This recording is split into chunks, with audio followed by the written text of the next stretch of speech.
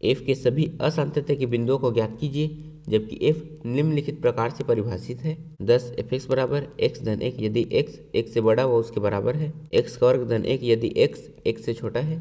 तो यहाँ पर हम लिखेंगे दिया है fx बराबर x धन 1 यदि x 1 से बड़ा उसके बराबर है, x का वर्ग धन 1 यदि x 1 से छोटा है। तो यहाँ पर x 1 से बड़ा उसके बराबर है और यहाँ पर x 1 से छोटा है, तो इसीलिए हम x बराबर 1 पर fx के सातत्य की जांच करेंगे।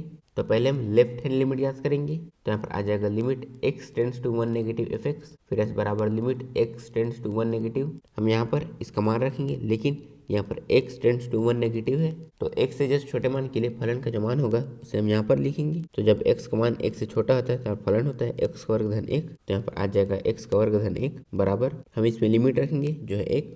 तो यहाँ पर आ जाएगा 1 का वर्ग धन 1, फिर यहाँ बराबर में 1 का वर्ग हो जाएगा 1 धन 1, फिर हम इसे जोड़ेंगे तो यहाँ पर इसका मान हो जाएगा 2।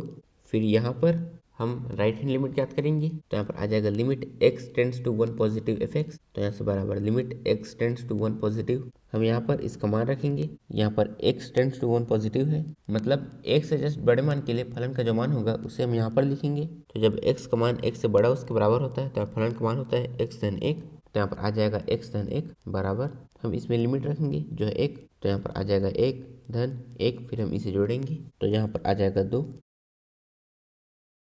तो यहाँ पर हमने लेफ्ट हैंड लिमिट और राइट हैंड लिमिट याद कर लिया। तो अब हम f1 ज्ञात करेंगे। तो यहाँ पर इसका मतलब है कि यहाँ पर x बराबर 1 है, और जब x का मान 1 से बड़ा और इसके बराबर होता है तो यहाँ पर फलन का मान होता है x धन 1। लेकिन यहाँ पर x की जगह में 1 है तो हम इसके जगह में 1 लिखेंगे। तो यहाँ पर आ जाएगा 1 धन 1, फिर हम इसे जोड़ेंगे तो यहाँ पर आ जाएगा 2।